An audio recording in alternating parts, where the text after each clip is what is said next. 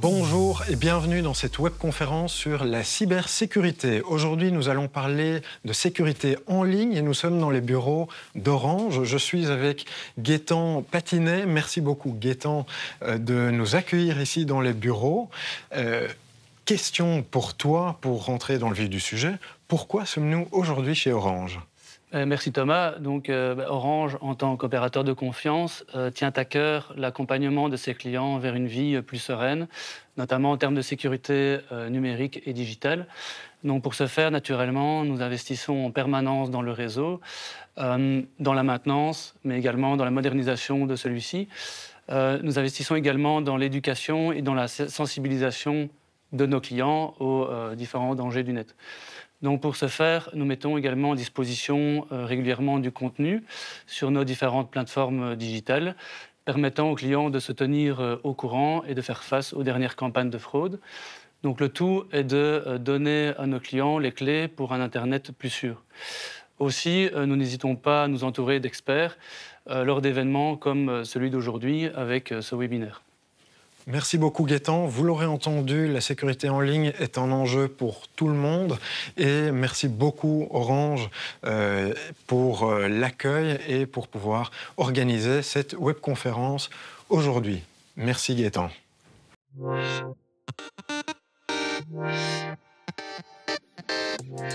Nous allons parler dans un instant de cybersécurité, sécurité en ligne, quels sont les différents types de fraudes qui existent, comment se protéger, quelles sont les nouvelles tendances. Et nous avons pour ça 3 experts avec nous sur le plateau. Nous avons Christophe Axen de la police fédérale judiciaire qui est avec nous. Merci beaucoup d'être là. Avec plaisir. Nous avons Florian Renard qui est médiateur numérique au sein du CPS de Charleroi qui est là. Merci beaucoup aussi. Merci pour l'invitation. Et nous avons Margot Janssens de Febelfin, représentant du secteur bancaire. Merci aussi. Merci à vous.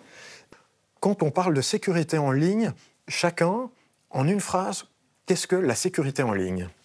Alors, je dirais que la sécurité en ligne, ça consiste à mettre en place toute une série de petites choses pour se prévenir de fraudeurs qui pourraient tenter d'usurper votre nom, d'usurper votre identité ou de prendre possession de votre compte bancaire ou autre.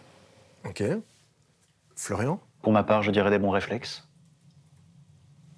Moi, je dirais un ensemble de comportements, de solutions mises en œuvre pour avoir une certaine forme de protection dès qu'on est en ligne, en fait. Et à propos de protection, ça tombe bien que tu l'évoques, Christophe. Contre quoi est-ce qu'on se protège ? Quelles sont les menaces en ligne qu'on connaît aujourd'hui ? Quelles sont les plus courantes ? Quelles sont les moins connues aujourd'hui ? D'accord. Donc, en fait, on se prémunit de toute forme de criminalité qui est en lien avec l'informatique. Donc, ce qu'on appelle la cybercriminalité, que l'on pourrait croire ne concernerait que les professionnels. Or, la cybercriminalité est vraiment la criminalité qui est en lien avec Internet. Donc, ça peut toucher tout le monde. Ce n'est pas que les professionnels. Donc, les tendances actuelles, c'est surtout le phishing et toutes ces formes dérivées. Donc, c'est tenter d'accrocher quelqu'un pour lui faire faire des transactions ou des comportements que l'on souhaite, de manière à en gagner un avantage patrimonial. C'est souvent le cas.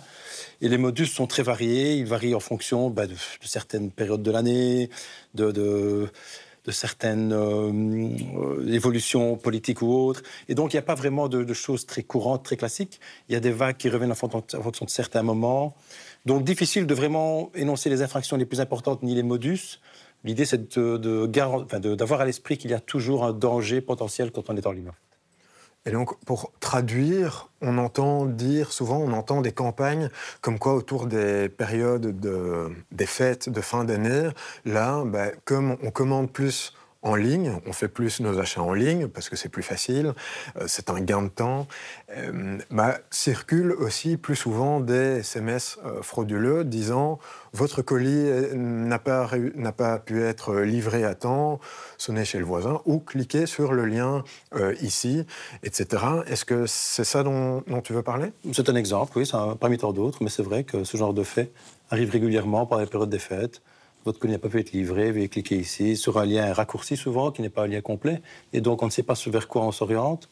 Donc effectivement, c'est le genre de choses qu'on pourrait avoir, oui, tout à fait. Et parce qu'on a évidemment préparé cette webconférence et on a déjà eu l'occasion d'échanger auparavant. Quand on parle justement de ces messages, ici on évoque l'exemple du SMS, mais il existe d'autres formats. On pense au mail, ça peut être par WhatsApp. À quoi ressemble un message frauduleux qu'on appelle souvent phishing ou son variant SMS smishing? Comment est-ce que je peux reconnaître que le SMS est frauduleux ou que le lien sur lequel je vais cliquer est dangereux? Alors il n'y a pas un mode d'emploi parfait ou une réponse unique. C'est un ensemble de plusieurs éléments qui vont permettre de dire c'est un peu douteux. Le fait qu'on ait sollicité ou pas la venue du message, c'est souvent un des premiers éléments où on se dit ouais, tiens, j'ai rien demandé et on me dit que. Ça peut être le premier où on va se dire attention. Souvent, il y a la notion d'urgence ou de répondre rapidement avec la condition de garder un avantage patrimonial ou d'en gagner un. Et donc, quand ces éléments sont réunis, on doit se dire oula, attention, je dois me méfier. Et l'idée, c'est de prendre un peu de recul pour vérifier si c'est cohérent. Il ne faut pas avoir cet effet tunnel qui fait qu'on va se dire « Ok, il faut que je réponde vite, sinon je vais perdre l'accès à ça, ou ma livraison ne sera pas faite, ou je ne vais pas pouvoir être remboursé des 250 € que l'administration fiscale me doit. » Or, il faut toujours prendre un peu de recul. On a toujours quelques minutes pour pouvoir se poser, réfléchir et vérifier ce qu'il en est. Et tu l'as répété plusieurs fois, il y a souvent ce risque de perte d'argent. Et je me tourne vers Margot, qui connaît bien le secteur bancaire. Est-ce que le simple fait de cliquer sur un lien dans un mail de phishing, dans un SMS, est-ce que le fait de cliquer dessus va faire qu'on perd de l'argent? Ou comment ça se passe une fois que je clique dessus?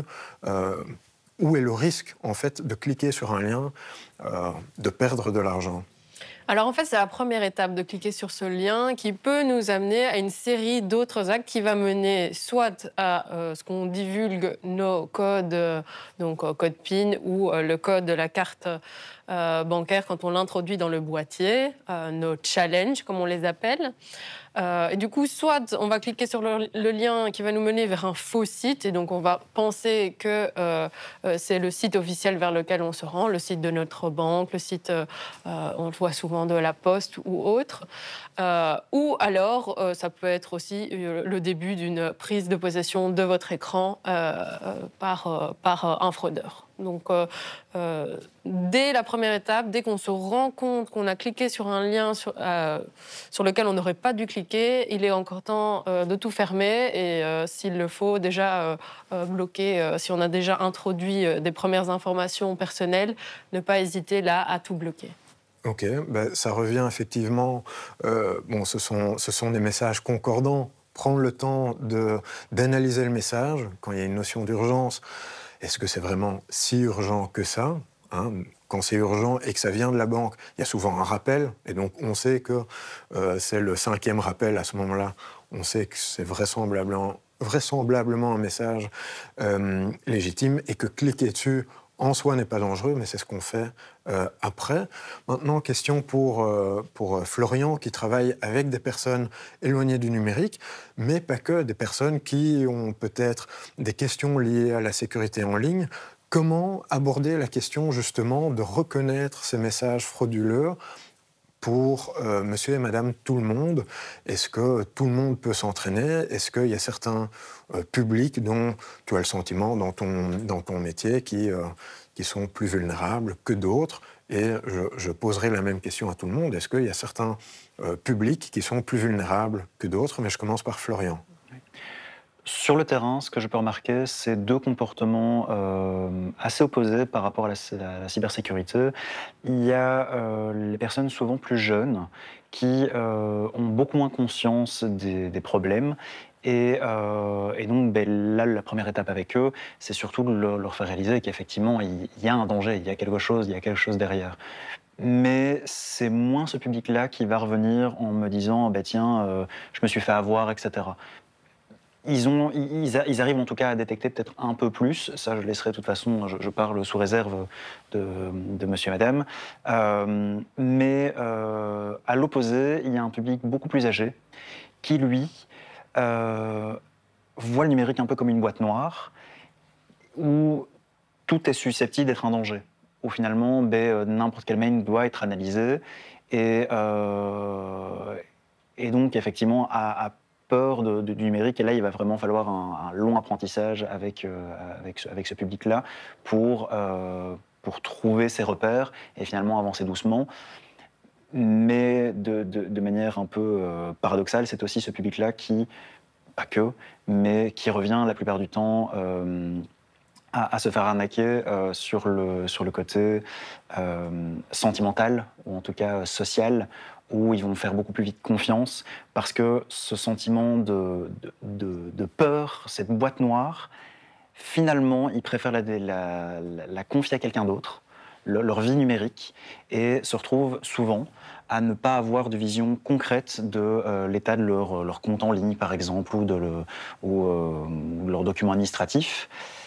Et finalement, c'est cette confiance parfois excessive en des gens où il ne fallait pas forcément faire confiance. Je me souviens d'un monsieur qui était venu me voir, c'était son voisin à qui il faisait confiance.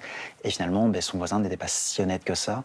Et le problème, c'est que quand on s'en rend compte, il est souvent déjà trop tard. Ok, merci pour ce témoignage. Donc ça montre bien que tout le monde est vulnérable, mais il y a peut-être les personnes qui ont moins la culture du numérique qui profiteraient à être plus sensibilisées. Est-ce que c'est quelque chose, mais je vais commencer par Christophe, est-ce que c'est quelque chose qu'on voit dans les statistiques de la police au sujet de la cybercriminalité ? Difficile à répondre. On n'a pas beaucoup de chiffres qui sont bien orientés au niveau de ce nouveau domaine, de cette nouvelle criminalité. Donc c'est assez difficile de pouvoir donner des chiffres. Mais je pense quand même qu'effectivement, on a des victimes plus sensibles que d'autres. Moi, je vois quand même que ce n'est pas forcément la connaissance du numérique qui fait que. C'est parfois une connaissance qui n'est pas totalement complète. Les jeunes connaissent le numérique, ils connaissent toutes les applications, ils connaissent des raccourcis, ils vont très vite. OK, ils savent utiliser, mais ils ne savent pas comment ça se passe. Ils ne savent pas comment ça se produit. Ils ne mesurent pas les conséquences derrière. Et donc, je pense qu'il faut une connaissance plutôt pragmatique des faits et savoir ce qui se passe dans les comportements, faire le lien entre le virtuel et le réel et bien mesurer le fait que ce qu'on fait dans le virtuel a un impact au niveau du réel. Et ça, parfois, les jeunes ne l'ont pas trop. Ils disent, bon, non, j'envoie des photos, je fais ci, je fais ça, c'est pas grave. Ils ne mesurent pas quand même que ça a un impact concret. Voilà, je pense que... Et que ce qu'on met sur Internet, ce qu'on fait sur Internet est à la vue de tout le monde et on se désapproprie justement ces photos et quelqu'un d'autre peut récupérer des photos, mais aussi des données.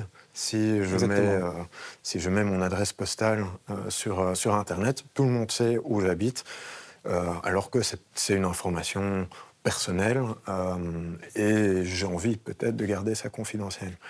Est-ce que, du côté bancaire, et vous, qui chez Fibelfin, vous faites beaucoup de sensibilisation aussi, est-ce que vous avez des chiffres par rapport aux personnes, des profils qui tombent plus facilement dans le panneau ou dans vos campagnes de sensibilisation? Est-ce qu'il y a des publics qui mériteraient d'être encore plus sensibilisés parce que vous vous rendez compte qu'elles ne connaissent pas encore bien certains termes ou la sécurité en ligne au sens large?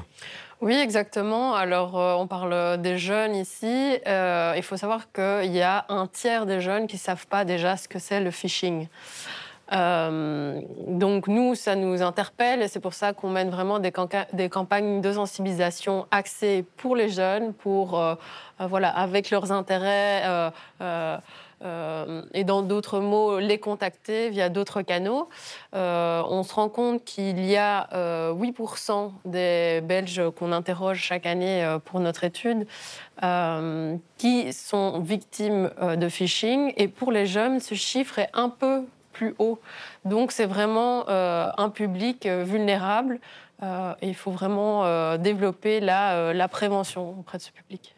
Et les jeunes sont, si je ne me trompe pas, aussi plus vulnérables par rapport à ce qu'on appelle les mules financières. Alors, pourrais-tu nous expliquer ce qu'est une mule financière d'abord, pourquoi les jeunes seraient plus fragiles par rapport à ça, et quels sont les risques si je suis une mule financière, qu'est-ce que j'encours si je le suis? Alors en fait, le phénomène de mule financière, c'est quand par exemple vous êtes contacté via les réseaux sociaux, Instagram ou autre, avec un message qui vous dit est-ce que tu pourrais me prêter ton compte en banque pendant 24 heures et ton numéro de compte ou tes codes personnels et souvent, c'est contre une rétribution, 1 000, 2 000 euros pour 24 heures de prêt de son compte en banque. Et on le voit dans nos statistiques, il y a 4% des Belges qui n'y verraient pas d'inconvénient de prêter son compte en banque. Et ce chiffre augmente à 10% pour les jeunes. Donc là, vraiment, on se rend compte qu'il y a vraiment aussi une sensibilisation à faire auprès de ce public jeune parce que les risques sont grands. Tout d'abord, votre enfant peut avoir son compte en banque bloqué et avoir à l'avenir très difficile d'en réouvrir un autre. Il peut y avoir des poursuites pénales. Et en tant que parent, vous êtes tenu responsable pour les faits de votre enfant mineur. Donc vraiment, les conséquences sont énormes. Il y a toute une campagne de sensibilisation qui a été faite par Febelfin et qui se retrouve sur le site financez-moi.be, qui est un site vraiment axé éducation financière pour les jeunes. Merci beaucoup. Et je tiens à préciser quand même que quand on est mule financière, on contribue directement ou indirectement au blanchiment d'argent. Et donc, c'est là où le bas blesse. C'est pas simplement j'ai besoin d'un compte en banque. C'est pas une activité innocente. Et donc, la mule financière, tu sers de porte-étendard au regard d'une activité criminelle, et c'est là où les poursuites judiciaires peuvent être sévères. Maintenant, ce sont des choses qui sont assez dramatiques, parce que tout le monde n'est pas contacté comme ça tous les matins au coin de rue. Tiens, file-moi ton numéro de compte en banque et je te donne de l'argent en échange. Par contre, le phishing, donc recevoir des mails suspects, le smishing, on y est confronté beaucoup plus. Comment aborder, et là je me tourne vers Florian, comment aborder des sujets de sécurité en ligne avec des personnes âgés qui n'y connaissent pas grand-chose, qui ont peut-être des craintes du numérique, ce qu'on peut tout à fait entendre et comprendre. Mais justement, comment aborder le sujet sans avoir forcément une levée de bouclier et tomber dans la paranoïa. Okay. En premier, il me semble important de rappeler que toute personne peut être susceptible de tomber dans le panneau. On parle ici de catégories, effectivement, qui parfois tombent un peu plus dans ce type d'arnaque, mais tout le monde est potentiellement victime. Souvent sur le terrain, moi je rencontre des personnes qui se sont déjà fait avoir et qui finalement sont là aussi pour apprendre ces petits gestes sur comment s'en prémunir. Moi, une technique que j'aime beaucoup avec ce public-là, qui a déjà été un petit peu abordé avec monsieur, c'est le 3 secondes. Prendre 3 secondes, se dire « Ok, est-ce que c'est moi qui ai fait cette démarche-là? Est-ce que c'est à ma demande qu'il y a quelque chose? Est-ce que c'est vraiment urgent ou est-ce qu'on me presse ?» C'est un petit truc et ça doit s'accompagner d'un travail, pas quotidien, mais en tout cas d'accompagnement, en tout cas dans la découverte du numérique et de l'environnement numérique pour viser une autonomie plus ou moins relative dans leur démarche. Ok, merci. Autre question, et là je m'adresse à tout le monde. Quelles sont les choses que nous pouvons mettre en place pour se protéger contre justement ce que je vais appeler cybermalveillance, que ce soit des arnaques, que ce soit des virus, que ce soit toute forme justement de criminalité en ligne, et peut-être avec une nuance sur la criminalité en question. Qu'est-ce qu'on peut faire en tant que citoyen, et qu'est-ce que vous faites dans vos secteurs respectifs pour justement aider les personnes à être les plus safe possibles en ligne? Qui se lance? Moi, je peux essayer.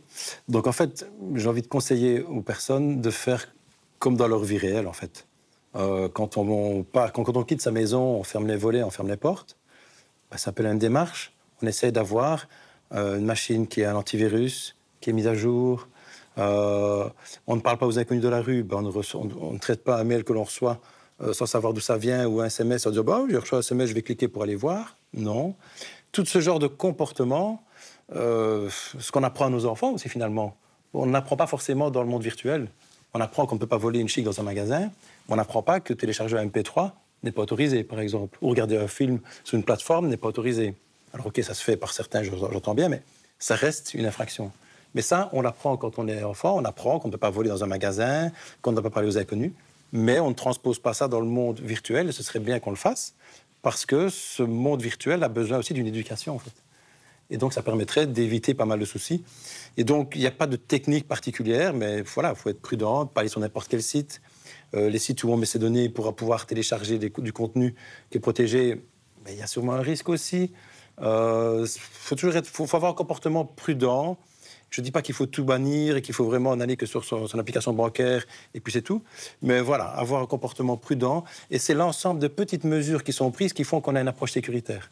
C'est pas se dire, oui, j'ai un mot de passe fort et j'ai la double authentification, donc il ne m'arrivera rien. Non, c'est un ensemble de trucs. Donc il faut vraiment avoir plusieurs solutions mises en œuvre à plusieurs niveaux pour dire, voilà, j'ai une approche relativement sécuritaire.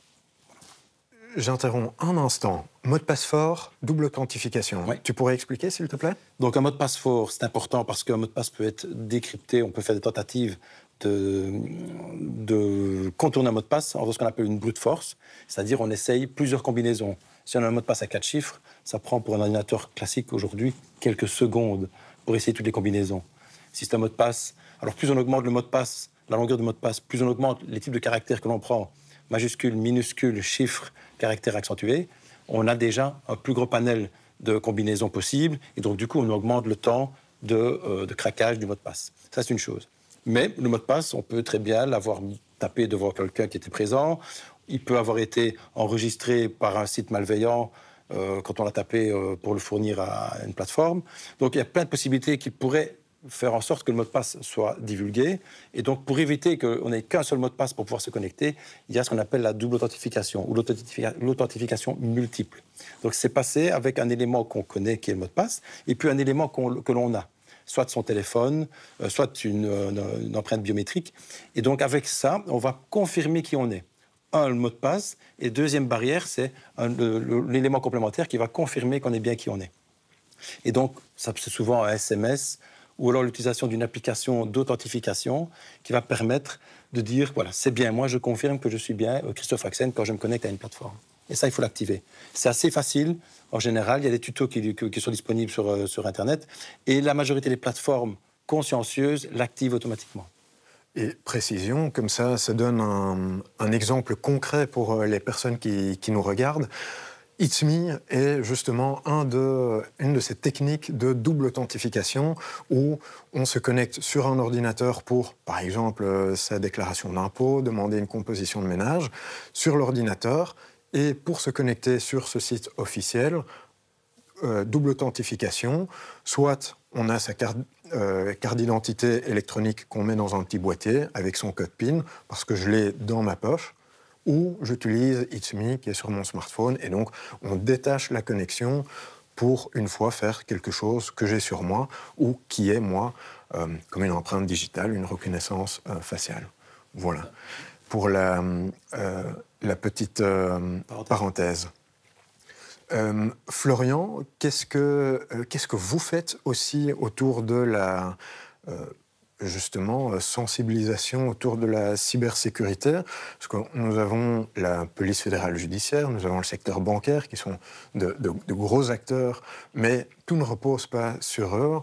Et je pense que vous avez un projet qui mérite aussi d'être mis en lumière, parce que la police et Febelfin ne sont pas les seuls à travailler autour de la sécurité en ligne.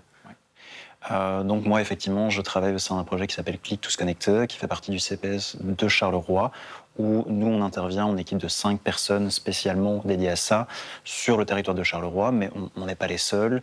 Et il existe tout un ensemble d'EPN dans toute la Wallonie qui qui s'occupent de faire le même genre de travail que nous.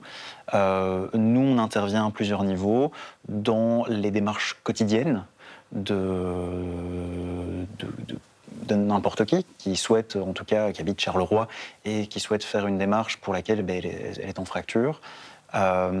Et donc, c'est à ce genre de moment-là où on peut détecter si effectivement il y a un souci dans l'utilisation, en tout cas, de l'outil, si la personne souhaite être accompagnée ou pas. Là, on peut dire, mais attention, enfin, vous vous rendez compte qu'effectivement, il y a quand même des versements assez importants. On parlait de mules financières. Ça m'est déjà arrivé de remarquer des versements extrêmement étranges où les gens n'avaient pas l'air de savoir d'où venait cet argent et d'où il était parti. Malheureusement et en même temps heureusement, nous ne sommes pas une aide contrainte, donc on est dans la prévention. On accompagne la personne jusqu'à où elle souhaite aller, et ensuite c'est à elle de prendre le bâton ou pas.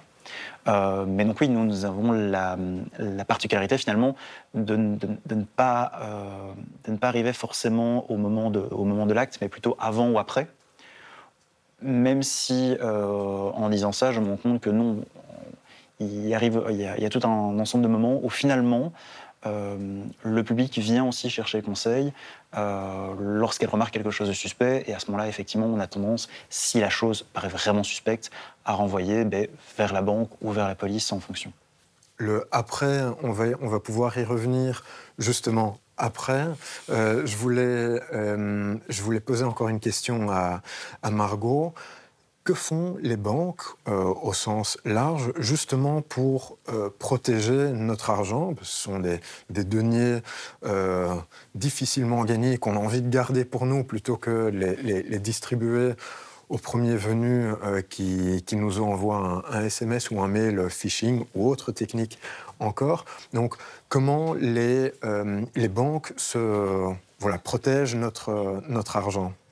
Alors, il faut savoir que les banques investissent énormément dans la lutte contre la fraude et que la plupart des tentatives de phishing sont stoppées net avant que le versement ait pu aboutir. Mais il y a aussi tout l'aspect très important autour de la sensibilisation, parce qu'on s'est rendu compte que vu que les systèmes sont extrêmement robustes, sécurisés, mais les fraudeurs s'attachent maintenant à attaquer le maillon faible, et le maillon faible, c'est vraiment le côté humain.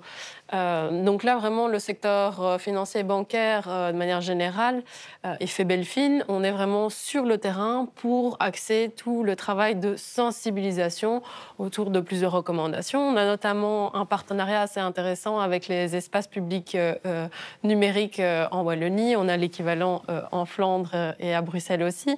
Et ça nous permet vraiment d'être au quotidien en contact avec les jeunes et les moins jeunes, certains très à l'aise avec le numérique, d'autres pas du tout, pour voir un petit peu et leur enseigner l'hygiène numérique à avoir pour pouvoir utiliser ces outils qui sont très sécurisés et jouir de leur plein potentiel.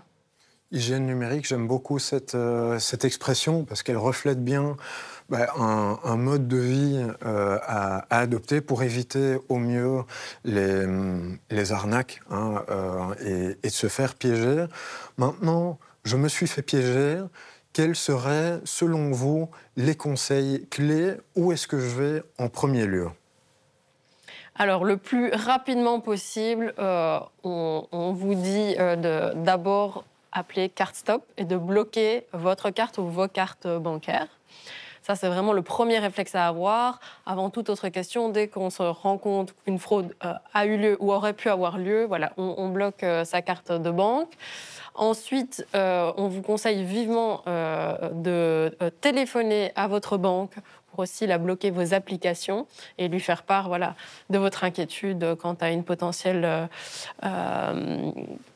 un potentiel hack de votre compte ou une malversation. Ensuite, s'adresser à la police. C'est vraiment, même si c'est pour 1 euro symbolique, je pense que c'est très important. Et nous, ce qu'on vous conseille toujours, c'est aussi d'en parler autour de vous. Pourquoi ? Parce que il peut y avoir un petit sentiment de honte autour du fait de s'être fait avoir, mais ça, vraiment, ça peut être n'importe qui. Et il faut se dire que ça peut peut-être empêcher votre voisin, votre cousin ou votre maman de se faire aussi piéger par le même fraudeur. Donc, c'est vraiment très important de parler de ce qui s'est passé autour de vous. Ok, merci beaucoup pour ces conseils. Petite question pour Christophe. Contacter la police, qui est-ce que je contacte de la police ? Est-ce qu'il y a un numéro spécial ? Est-ce qu'il y a un bureau spécial ? Quelle est la meilleure procédure pour justement aller porter plainte? Oui, alors il n'y a pas de numéro spécifique, ni de service spécifique pour traiter ce genre de fait. L'idée, c'est de prendre contact avec son commissariat de quartier, mais avant toute chose, si on veut que la plainte soit bien actée et qu'on veut être sûr d'avoir amené les éléments pertinents, le policier qui est à l'accueil et qui va acter la plainte n'a pas toutes les informations, bien sûr. Donc il faut préparer ce dépôt de plainte. Donc il faut faire des copies d'écran, les faire tout de suite dès qu'on a une info qui apparaît. Dans une conversation WhatsApp, on l'a dit tout à l'heure, on peut effacer une conversation, on peut effacer un message. Donc, dès qu'il y a un élément qui semble important, une adresse mail, un numéro de téléphone, un numéro de compte, ce genre de choses, il faut faire une copie d'écran, conserver, relever tout ce qui est éléments d'identification, donc j'ai dit adresse mail ou autre, même si on ne l'a pas sur une copie d'écran et qu'on ne l'a plus, mais si on l'a en tête, on la retranscrit. On refait un historique des événements, je me suis connecté à telle heure, à telle adresse, j'ai fait telle ou telle connexion, j'ai communiqué telle information et telle autre, de manière à permettre aux policiers de pouvoir retranscrire l'ensemble des faits qui se sont déroulés, parce que cela va permettre d'avoir des éléments d'enquête qu'on pourrait exploiter et donc demander à tel opérateur, enfin à l'opérateur ou à la personne qui gère l'adresse mail utilisée, qu'à telle heure il y a quelqu'un qui s'est connecté à son compte et ce genre de choses. Donc c'est vraiment important d'avoir un historique de tout ce qui s'est passé, une chronologie des faits et de venir déposer plainte en expliquant ce qui s'est passé avec le plus d'éléments possible. Sur base de ça, le policier va acter une plainte, va relever déjà des premiers éléments d'enquête, va peut-être déjà même demander certains devoirs au magistrat qui va, c'est le seul qui a l'opportunité des poursuites et qui va décider si sur base des éléments, il y a matière à poursuivre ou pas. Ça dépend des politiques criminelles, c'est le procureur du roi qui décide, qui a l'opportunité des poursuites et qui va décider si, pour ce type de fait, pour ce préjudice, on enquête ou pas. Mais bon, si on ne fait rien, il ne se passera rien. Donc il y a toujours intérêt à déposer plainte. Même si le préjudice est faible, on peut imaginer qu'il arrive régulièrement que plusieurs petits dossiers à petit préjudice soient regroupés en un parce qu'on se rend compte finalement, et on a comme 200 faits avec cette adresse mail-là qui est utilisée ou ce numéro de compte-là, et bien à ce moment-là, on fait un dossier qui ressemble toutes les autres notices et on fait une seule enquête qui va permettre d'aboutir. Donc ça, c'est pertinent. Ensuite, les devoirs d'enquête seront réalisés en fonction de ce que le magistrat décidera. Et on identifiera ou pas le suspect. Si on identifie le suspect, là, il y aura une citation au tribunal qui va être faite. Les personnes qui auront déposé plainte se seront automatiquement déclarées personnes lésées. Et dans ce contexte-là, elles seront informées du fait que l'auteur des faits dont ils étaient victimes va être cité au tribunal et va passer à l'audience tel jour, telle heure. À ce moment-là, ils peuvent se présenter à l'audience d'introduction pour se signaler, se constituer partie civile et réclamer réparation du préjudice, que ce soit un préjudice moral ou préjudice financier. Et à ce moment-là, ils sont tenus au courant de tout ce qui se passe et peuvent alors interagir et peuvent éventuellement récupérer leur préjudice ou éventuellement même une compensation pour le préjudice moral subi. Merci beaucoup.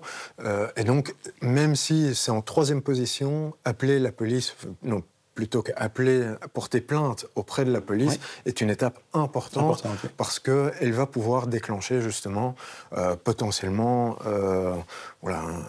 des poursuites judiciaires et éventuellement, dans une certaine mesure, un dédommagement, on l'espère, mais précisons que ce n'est pas toujours le cas.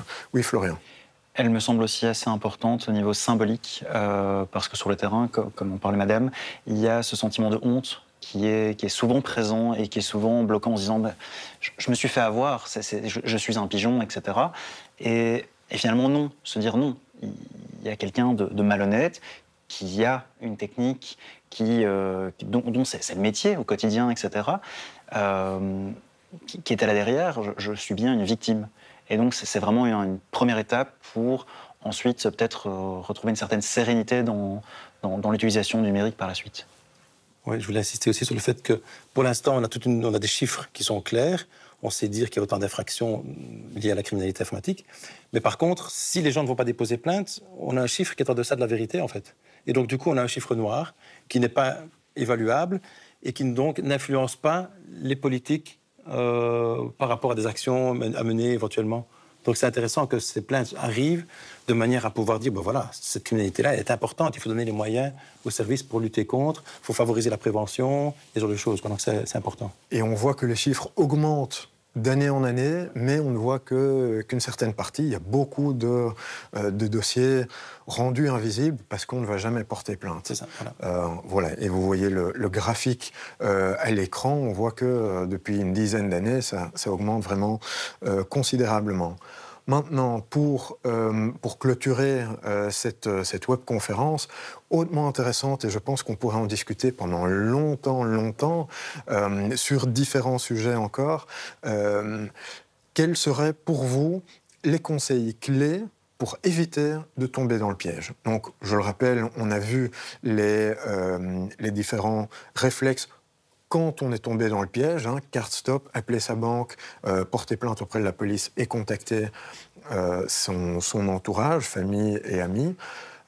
Maintenant, ça c'est réactif, proactivement, qu'est-ce qu'on peut faire pour justement se protéger de tout ça? Toute suggestion est la bienvenue. Bien, alors je commence comme ça. Vas-y. Donc l'idée c'est d'en parler autour de soi, parce que l'expérience des autres, des proches, est toujours plus utile qu'un discours d'un expert. Ça, c'est une première chose. Je pense que le 1, 2, 3, on doit le retenir. C'est toujours dire, je m'arrête, j'évite l'effet tunnel, je prends quelques secondes pour vérifier si ce qui se passe me semble cohérent. Et puis, c'est adopter un ensemble de comportements sains, une hygiène numérique, et qui peut être inculqué par différentes plateformes, Febelfin, la police a quelques notions de prévention aussi, tout ce qui est safe on web, et puis les services locaux qui sont là et qui font un travail de fou pour essayer d'amener les gens à prendre conscience des dangers. Donc je crois qu'il faut être aware, comme on dit, et s'intéresser à tout ce qui peut être communiqué dans le domaine. Est-ce que Florian ou Margot, vous avez d'autres suggestions à ajouter? Je pense qu'avoir précisé qu'effectivement, s'entourer, c'est quelque chose de réellement important quand on en ressent le besoin. Ne pas non plus oublier les plus jeunes de nos foyers. On a aussi le devoir de, eux, les accompagner dans leur utilisation. Si vous-même, vous êtes déjà perdu, il semble logique qu'eux n'aient pas la science infuse numérique et devront aussi apprendre là-dessus. J'aimerais rappeler que, comme dans la rue, on ne donnerait pas son portefeuille à quelqu'un, eh bien, c'est exactement la même chose avec sa carte de banque, son code PIN et son numéro de challenge. C'est personnel et donc il faut vraiment l'inculquer, ça, dès le plus jeune âge. Dès que votre jeune a un compte en banque et une carte bancaire, c'est vraiment une discussion à entamer avec lui. Et il faut vraiment que cette discussion soit continue et qu'elle soit nourrie par toutes les nouveautés. Donc, voilà, un petit tips, par exemple. Nous, on a créé un compte TikTok avec Febelfin qui pourrait permettre de lancer de temps en temps une petite conversation en famille durant un repas. Pour éveiller un petit peu à l'hygiène numérique et à quelques réflexes à avoir au quotidien. Surtout que tout évolue très vite, donc c'est vraiment quelque chose qu'il faut actualiser et ne pas penser que son jeune, passé 15 ans, est un expert digital familial. Je pense qu'on a encore là besoin de l'accompagner, comme tu disais.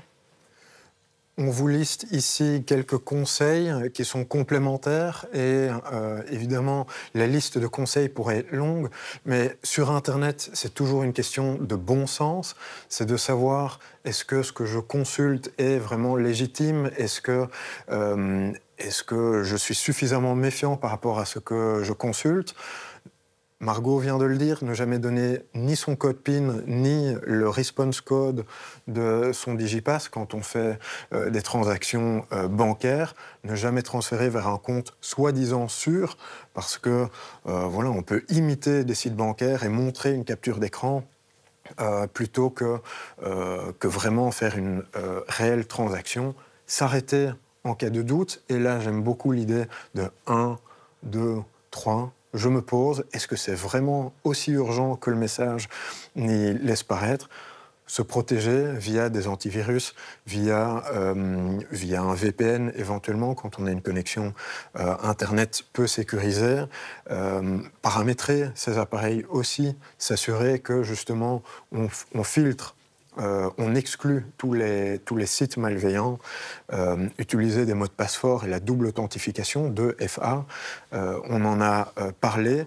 Garder ces logiciels et ces équipements à jour, pour que, justement, à chaque fois qu'il y a une mise à jour qui inclut des éléments d'amélioration de sécurité en ligne, ce soit fait, et demander de l'aide, évidemment, aux personnes qui s'y connaissent et qui sont là pour vous aider, parce que, comme ça a été répété à plusieurs reprises, on comprend qu'il y a un sentiment de gêne. Pourtant, c'est important de pouvoir en parler et qu'il y a des personnes pour, justement, vous accompagner, la police, les banques, des aidants numériques dans des espaces publics numériques, des EPN ou ailleurs encore, voilà, et de ne pas rester seul au risque que le préjudice devienne de plus en plus sévère. Alors, merci beaucoup, beaucoup à tous les trois pour votre participation. Je vous garde encore un instant parce que nous allons passer aux questions et réponses. Donc, nous allons tout de suite consulter le chat et je vais vous demander de bien vouloir répondre aux questions qu'on aura consultées dans le chat dans un instant.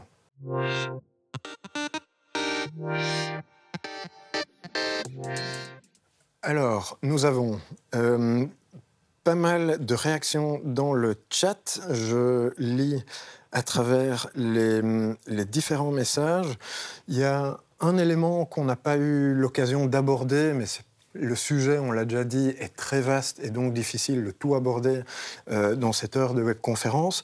Est-ce qu'il y a un âge à partir duquel il faut parler de cybersécurité avec ses enfants? Est-ce qu'il y a un âge recommandé et comment aborder la question avec ses enfants?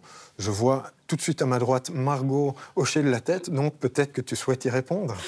Oui, je pense que ça fait bon sens qu'à partir du moment où vous pensez que votre enfant est assez mature pour être utiliser les réseaux sociaux, le digital et avoir un compte en banque, je pense que c'est le bon âge. Il faut commencer directement à ouvrir la communication avec lui et l'accompagner, toute sa jeunesse faisant.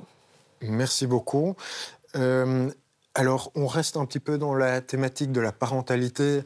Est-ce qu'il y a des logiciels ou applications recommandées pour justement tout ce qui est contrôle parental ou vis-à-vis des adolescents, suivi bancaire, etc.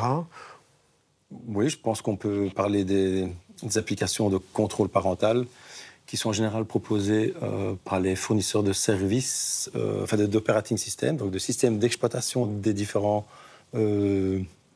équipements qu'on utilise.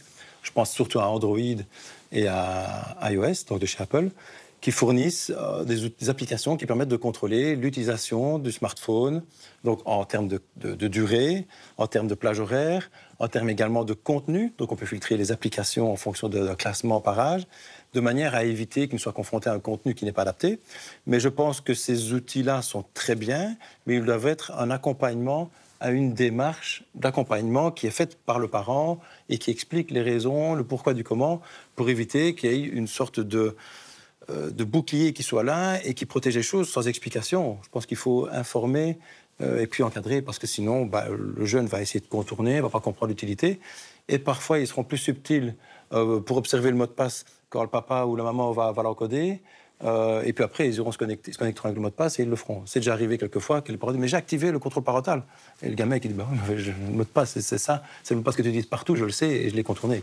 Donc voilà, s'il y a un accompagnement, le jeune va peut-être mieux comprendre la raison, l'utilité, même s'il ne sera pas d'accord, mais il sera peut-être moins enclin à essayer de contourner la protection.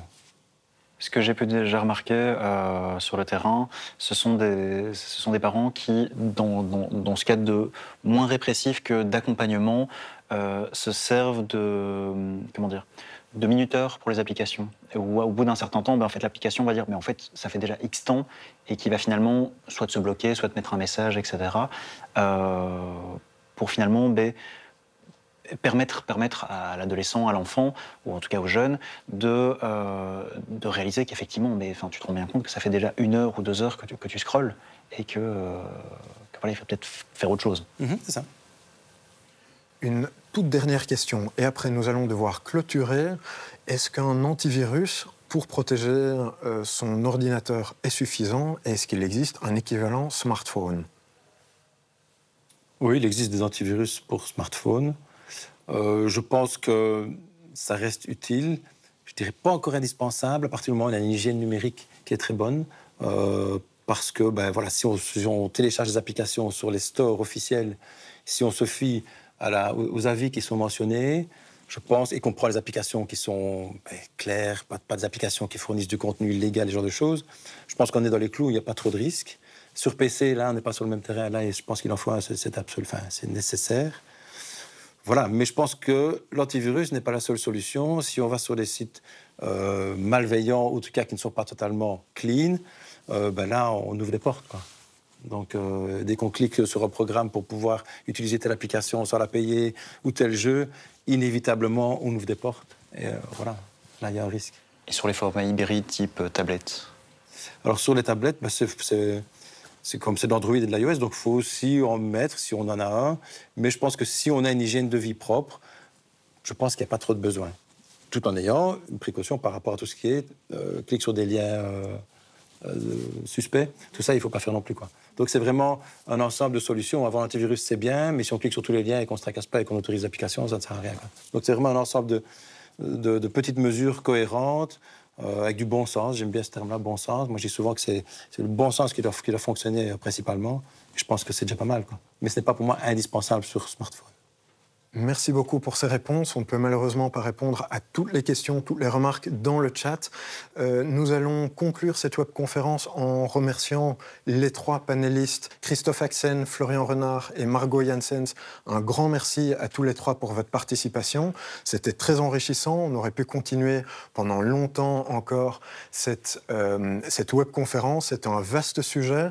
À vous toutes et vous tous qui nous regardez, merci beaucoup d'avoir participé, pour votre interaction dans le chat, vos questions, vos remarques. Et vous l'avez entendu, c'est une question de bon sens, d'hygiène de vie en ligne. Restez prudents et à bientôt. Au revoir.